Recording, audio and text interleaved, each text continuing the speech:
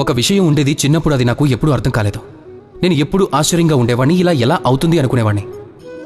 విషయం ఏమిటంటే, నేను మా గోవులను చూసేవాణ్ణి. వేరువేరు రంగులు రూపాల గోవులుండేవి. ఒకదాని రంగు నలుపు, మరో దాని రంగు తెలుపు, ఇంకో దానిది గోధుమ రంగు, మరో దానిది తామర రంగు.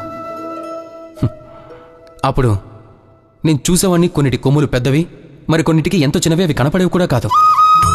ఒక గోవు ఆకారంలో చిన్నగా ఉండేది, మరొకటి కొంచెం పెద్దగా ఉంటుంది. కానీ ఎప్పుడైతే ఈ గోవులన్నీ పాలిచ్చేవో అప్పుడు నేను చూశాను, అన్నీ సమానంగా ఉండేవి. రంగు సమానం, రుచి సమానం, గుణం సమానం, పౌష్టికాలు కూడా సమానమే. అప్పుడు నేను ఇది అర్థం చేసుకోలేకపోయా. నా దృష్టిలో అయితే అన్ని గోవులు వేరువేరుగా ఉన్నాయి. నేను ఆలోచించాను అమ్మని అడుగుదామని. నేను అమ్మని అడిగాను కూడా. అమ్మ నాతో చెప్పింది, కన్నయ్య, రంగులు రూపాలు భిన్నంగా ఉంటే గోవు యొక్క వాస్తవికత మారదు కదా, గోవు అయితే గోవే కదా అని. ఇప్పుడు నేను ఇది అర్థం చేసుకోలేకపోతున్నాను, మానవుడు దీనిని సమీకరణ ఎందుకు చేయలేదని.